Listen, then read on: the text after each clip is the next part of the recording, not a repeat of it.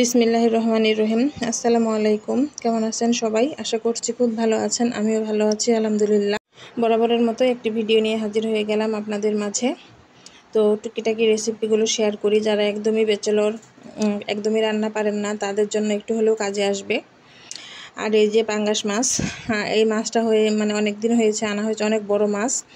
তো ওই জন্য শেষ তো হচ্ছেই না, আর তরকারিও খেতে ভালো লাগছে না।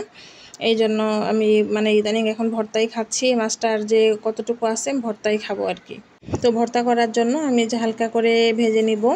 আর যে পেটি দেখতে পাচ্ছেন 2 পিস, এই 2 পিস মেয়েকে রান্না করে দেবো আলাদা সবজি দিয়ে। তো সেটাও অন্য রেসিপিতে আসবে।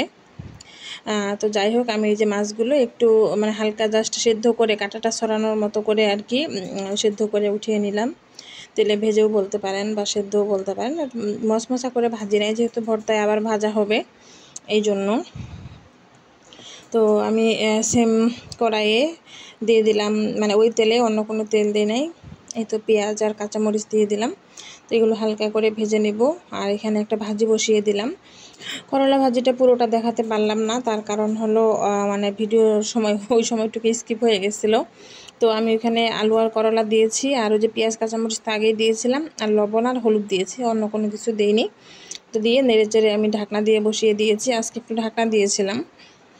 তো যাই হোক, ভাজিটা পাশের চুলায় হচ্ছে, আর এদিকে আমি মেয়ের তরকারি বসিয়ে দিচ্ছি।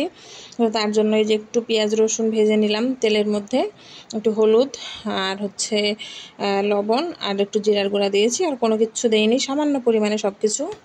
আর এই যে অল্প সামান্য ঢেঁড়স, একদম কচি ঢেঁড়স যেটা নিতে হয়, না হলে সে খাবে না।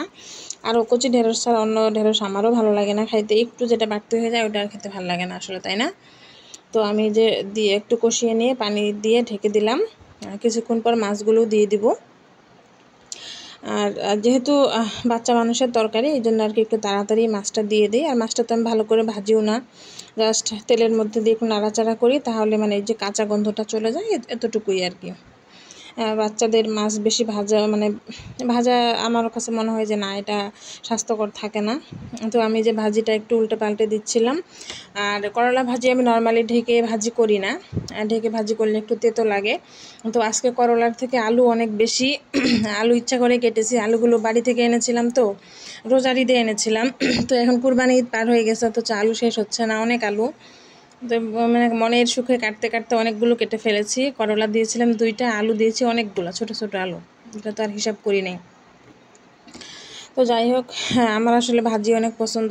তো ভাজি করলে আমি খেতে পারি, পুরোটাই আমি খেয়ে নিতে পারবো সারাদিনে। তো যাই হোক, এদিকে ভাজিটাও হচ্ছে আর ওদিকে মেয়ের তরকারিটাও হয়ে গেল।